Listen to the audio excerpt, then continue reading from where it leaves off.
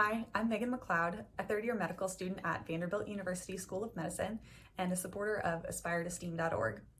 Aspire to STEAM provides scholarships and mentoring tips, like this video series you're watching now, to inspire young women and girls considering careers in STEAM. If you like what you see, let us know, and please share our videos with others.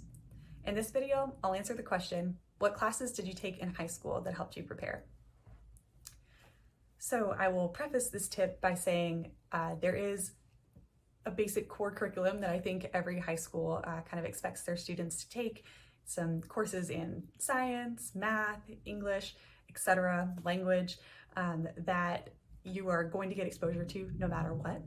So it's not necessarily like college where you have to kind of pick one major and stick with it.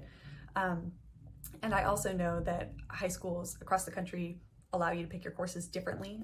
I, at my high school, had the advanced placement option, so I could sort of pick and choose what classes I wanted to take at a higher level. But I also have friends who did the International Baccalaureate program, and I know that's a little bit different, but still a very valuable experience. So all of that just to say, this is how I chose my schedule. So I would encourage anyone to take more difficult science courses if you're considering a career in medicine. I took AP Biology and AP Chemistry, and I think those were some of the most helpful classes I took in high school to prepare me for the rigor of science courses in undergrad and beyond.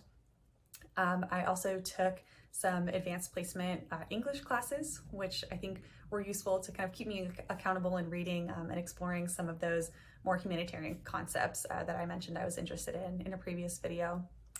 As far as my language, I took Latin.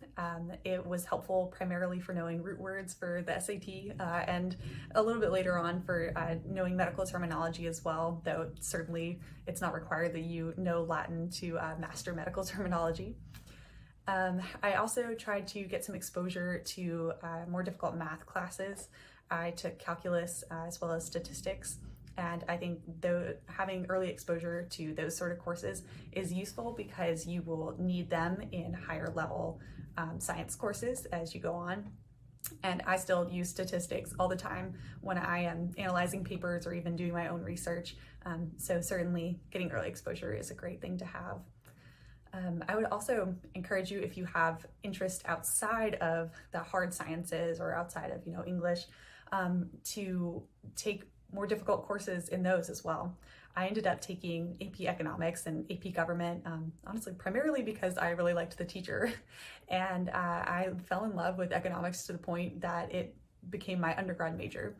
So you never know if you have an inkling that you'll be interested in something else. I would encourage you to try to challenge yourself a little bit. Lastly, the class that helped me prepare was a health sciences class that was offered in conjunction with the community college that was near my high school.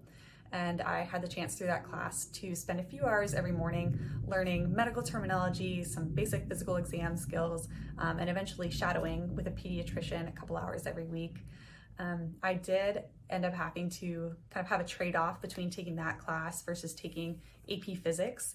And I decided to do the health sciences course. I still survived my undergrad physics, so no worries if you don't take all of the AP or IB science classes that are offered to you. But I would encourage you, if you have any sort of kind of technical experience like this that's offered at your high school, I think it's well worth it to give it a shot. I think that is all about my high school classes. So just to summarize, I would really encourage you to take challenging science classes. Know that you might have a little bit more homework, but it will be worthwhile in the long run. And to explore some more challenging math classes, language classes, and anything else that you have an interest in. So make sure you check out the next video in our series where I'll talk about my high school extracurricular experiences. Until then, I'm Megan McLeod, and remember, if you want to learn more about AspireToSTEAM.org or to apply for a scholarship, just click on the links below.